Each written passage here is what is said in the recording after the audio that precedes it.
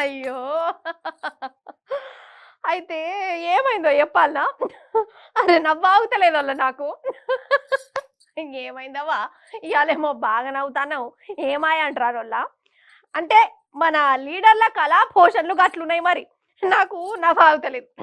అయితే దొంగల శాఖ అని ఒకడు పెట్టి దొంగతనాలు చేసినోళ్ళకు దొంగల మంత్రిగా చేస్తే ఎట్లుంటది? ఆగురి ఇంకుంది. మర్డర్‌లు చేసినోళ్ళను మర్డర్‌ల శాఖ అని పెట్టి మర్డర్‌ల మంత్రిని చేస్తే ఇంకెట్లుంటది? ఇగో గిట్లనే గిసోంటి దిక్కుమల్ల ఆలోచనలు అత్తానే వాళ్ళ నాకు. అయితే మహారాష్ట్ర సర్కార్ కథ చూసినంక ఇట్లాంటి ఆలోచనలు అత్తన్నాయి నాకు. ఎందుకంటారా? పత్తాలాట ఆడినందుకు ఒక సారును డైరెక్ట్ ఆటల మంత్రినే చేసేసిర్రు మరి అక్కడ సర్కారోళ్ళు.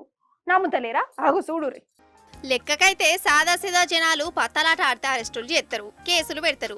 కానీ అసెంబ్లీలో ఒక మంత్రి ఆన్లైన్లో పత్తాలాట ఆడినని ఆటల మంత్రినే చేసిరు మహానుభావులు. అగో అసెంబ్లీలో ఫోన్లు ఆడుతుండు చూడు. ఈయనే మహారాష్ట్రలో వ్యవసాయ మంత్రి, పేరు మాణిక్ రావు.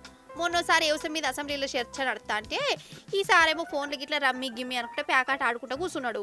సారు వారి కళా నైపుణ్యం బయటపడ్డది. ప్రతిపక్ష పోలు ఈ సారును మంత్రి పదవిలోకి వెళ్ళి తీసేయాలి అని డిమాండ్ చేసిరు.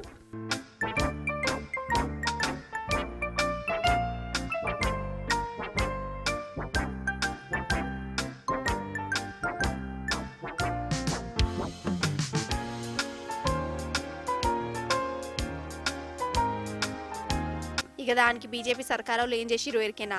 వ్యవసాయం శాఖ నుంచి ఆటల శాఖ మంత్రిని చేసిరు. ఇక చెప్పు కథ అంటే ఏందన్నట్టు కావచ్చు. పత్తాలాట మంచిగా ఆడిండని ఆటలకే మంత్రిని చేసిరు అన్నట్టేనా కాదా? ఇంకా యువజన శాఖ కూడా అప్ప చెప్పిరు. అంటే పడుసు పిల్లల మంచి షెడ్డ చూసుకునే శాఖ మస్తు సెట్ చేసిరు పాటు. అంటే సార్ ఇప్పుడు ఆటల శాఖ మంత్రి అయిండు కాబట్టి పత్తాలాట ఎట్లా ఆడాలి, ఈ ప్యాకెట్తోని పైసలు ఎట్లా కమాయించాలి, ఆన్లైన్లో ఆడితే మంచిదా, డైరెక్ట్ పత్తాలతో ఆడే పురుసత, ఇవన్నీ చిట్టి చిట్కాలు చెప్తారా ఏంది? గవి చెప్పేదానికే పత్తలాడి దొరికిన మంత్రిని ఆటల మంత్రిని చేసిరా ఎట్లా? గట్లనే అనిపిస్తుంది. ఎంతైనా మహారాష్ట్రలో పువ్వుపాటి ప్రభుత్వం అంటే పువ్వుపాటి ప్రభుత్వమే పూరి. అసలు ఏమన్నా ముందు చూపున్నదా అక్కడ సర్కారుకు కదా?